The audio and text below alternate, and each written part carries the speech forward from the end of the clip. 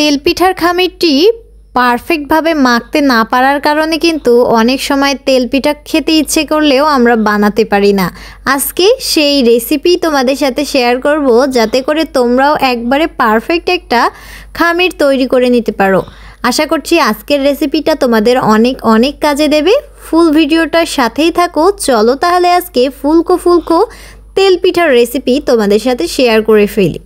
প্রথমেই একটা বলে নিয়ে নিচ্ছি 2 কাপ উষুম গরম পানি। এই উষুম গরম পানিটা কিন্তু আমাদের হাত সহ্যক্ষম হতে হবে। তারপরে এখানে নিয়ে নিচ্ছি খেজুরের গুড়। আমি এখানে খেজুরের লালি গুড়টা ইউজ করেছি। তোমরা কেউ চাইলে এখানে খেজুরের পাটালি গুড়টাও ইউজ করে নিতে পারো। আবার কেউ চাইলে এখানে চিনি দিয়েও কিন্তু এই পিঠাটি করে নেওয়া যেতে পারে। তবে গুড়ের পিঠাটা আমার কাছে খেতে খুবই মজা লাগে, সেজন্য আজকে আমি গুড় দিয়েই তৈরি করে নিচ্ছি। যাই হোক, তারপরে আমি এখানে দিয়ে দিলাম 2 কাপ শুকনো আতপ চালের গুঁড়া আর 1 কাপ আটা দিয়ে এখন ভালো করে হাত দিয়ে মেখে নেব। আমার মা বলে যতটা সুন্দরভাবে হাত দিয়ে মেখে নেওয়া যায় ততই তেলের পিঠাটা অনেক সুন্দর হয়, ভেতরটা অনেক ফুলকো হয়।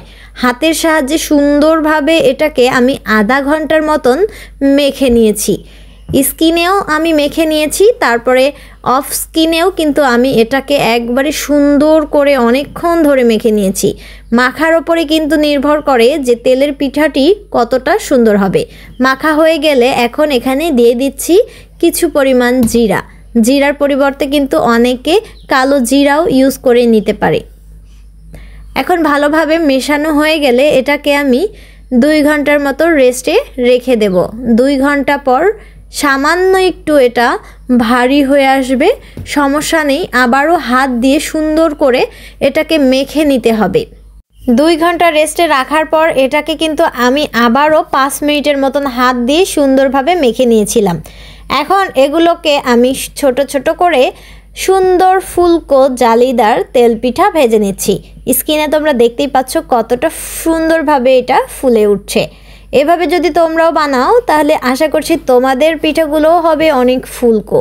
আর তেলের পিঠা বানানোর জন্য মা, খালা, নানিদের অপেক্ষায় থাকতে হবে না। যখন খুশি তখন তোমরাও কিন্তু ঘরে এভাবেই ফুলকো তেলের পিঠাগুলো ভেজে নিতে পারবে। আশা করছি রেসিপিটা তোমাদের অনেক অনেক কাজে দেবে।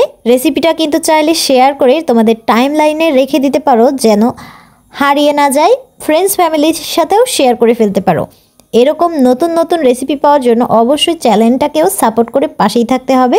তাহলে আজকের মতন এখানেই বিদায় নিয়ে নিচ্ছি। সবাই সুস্থ থাকো, ভালো থাকো, চ্যানেলটাকে একটু সাপোর্ট করে আমার পাশেই থাকো। আল্লাহ হাফিজ।